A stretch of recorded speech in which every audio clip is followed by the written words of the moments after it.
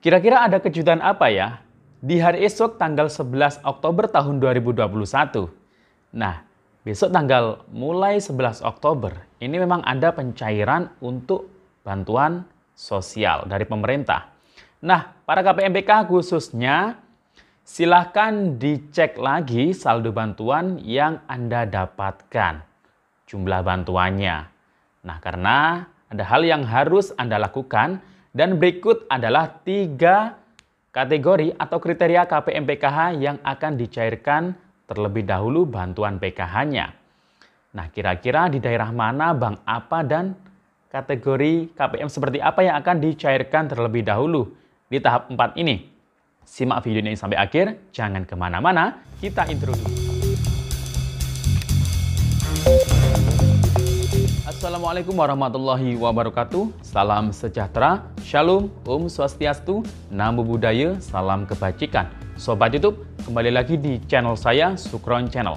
Apa kabar Sobat YouTube semua? Semoga Sobat YouTube semua selalu diberikan kesehatan, diperlancar segala urusan dan usahanya, dan diperbanyak rezekinya. Amin. Sobat YouTube, besok ini sudah masuk di minggu kedua bulan Oktober tahun 2021.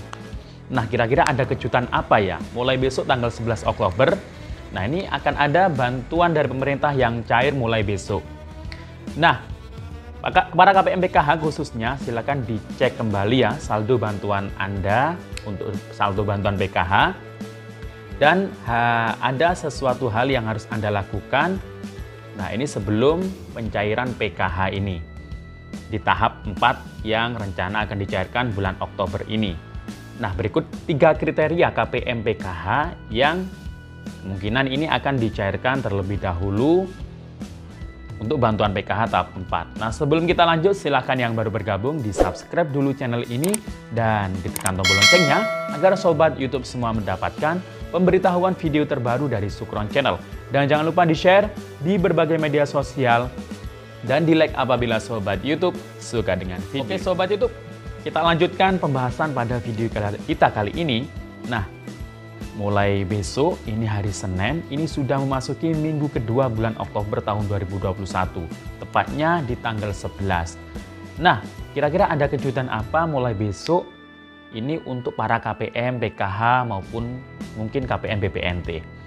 Nah, mulai besok ini adalah ada pencairan memang, ada pencairan namun untuk bantuan yang pasti, yang pertama itu ada untuk pencairan bantuan kuota internet gratis dari Kementerian Pendidikan dan Kebudayaan bagi anak-anak KPM PKH maupun KPM BPNT yang punya anak sekolah PAUD, SD, SMP, SMA, bahkan mahasiswa. Nah, ini berkesempatan untuk mendapatkan bantuan kuota internet gratis dari pemerintah tersebut. Karena bantuan ini diperpanjang hingga bulan Oktober ini ya, September, Oktober, November kalau nggak salah. Kalau nggak salah mulai Agustus kemarin atau mulai September ya. Yang jelas bulan ini cair lagi mulai tanggal 11 hingga 15 Oktober ini. Nah, kemudian para Sobat YouTube yang mungkin kebetulan merupakan KPM PKH. Nah, ini silakan dicek kembali saldo bantuan Anda, saldo bantuan PKH maksud saya di sini, yang sudah Anda dapatkan di tahap 3 kemarin. Nah, di tahap 3 kemarin, bagi KPM PKH yang sudah cair bantuannya, ini silakan dicek kembali apakah nominal bantuan yang Anda dapatkan ini sudah sesuai atau belum. Nah, di sini akan saya ulangi lagi nominal bantuan PKH yang didapatkan oleh KPM PKH yang berhak didapatkan ya. Jadi yang punya komponen, mungkin yang baru jadi KPM PKH, yang kemarin mungkin hasil validasi, nah ini sebelumnya kan hanya KPM BPNT, hanya dapat sembako. Dan sekarang mungkin ada yang tervalidasi secara sistem, maupun mungkin yang baru validasi tahun 2021 awal. Nah ini mungkin banyak yang belum mendapatkan sosialisasi mengenai jumlah bantuan PKH yang seharusnya didapatkan oleh para KPM PKH. Jadi berbeda-beda ya nominalnya. Yang ada ibu hamil, yang pengurusnya hamil. Nah, pengurus ini siapa? Ya, nama yang ada di dalam kartu KKS tersebut. Nah, ini biasanya ibu rumah tangga ini. Nah, jika ibu tersebut hamil, nah ini dapatnya itu haknya adalah Rp750.000 per tahap. Untuk bantuan PKH ini dicairkan melalui 4 tahap dalam 1 tahun. Per 3 bulan sekali ya. Nah, bulan Oktober ini jadwal pencairan PKH untuk tahap terakhir atau tahap 4. Jadi ibu hamil Rp750.000, kemudian anak usia dini ini sama Rp750.000. Kalau ibu hamil ini dibatasi maksimal kehamilan kedua. Kemudian kalau anak usia dini umur 0-6 tahun ini maksimal 2 anak. Kalau punya anak usia dini 3, nah satunya ya tidak terhitung, hanya 2 yang terhitung. Kemudian untuk yang punya anak SD ini dapatnya Rp225.000 per tahap atau per 3 bulan sekali.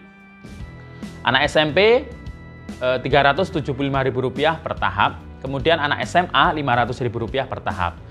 Nah, ini maksimal setiap jenjang ini hanya 1 anak yang masuk dalam hitungan PKH. Misal punya anak SD 2, yang masuk ya hanya 1, Rp225.000. Kemudian SMP juga maksimal 1. Tapi kalau punya 1 anak SD dan 1 anak SMP, berarti ya dijumlahkan Rp225.000 ditambah Rp375.000. Untuk selanjutnya adalah yang punya lansia, lanjut usia minimal 70 tahun sesuai dengan tanggal lahirnya ya. Nah, ini dapatnya Rp600.000 per tahap.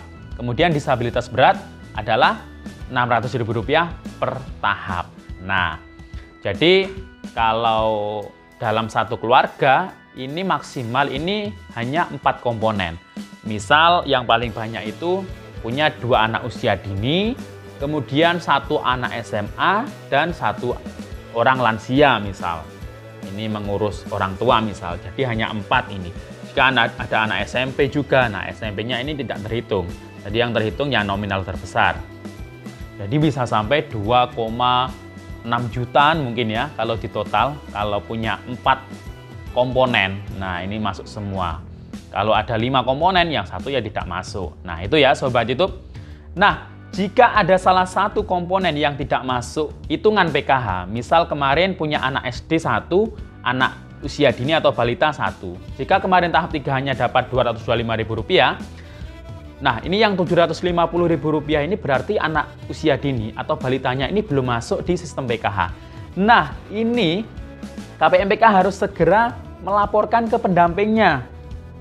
Tapi dengan syarat anaknya itu yang usia dini, yang balita sudah punya NIK, sudah masuk TAKA, dan sudah diaktifasi di kependudukan.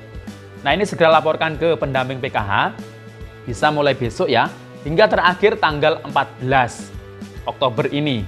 Untuk penambahan anggota rumah tangga, misal anaknya yang belum masuk penghitungan PKH.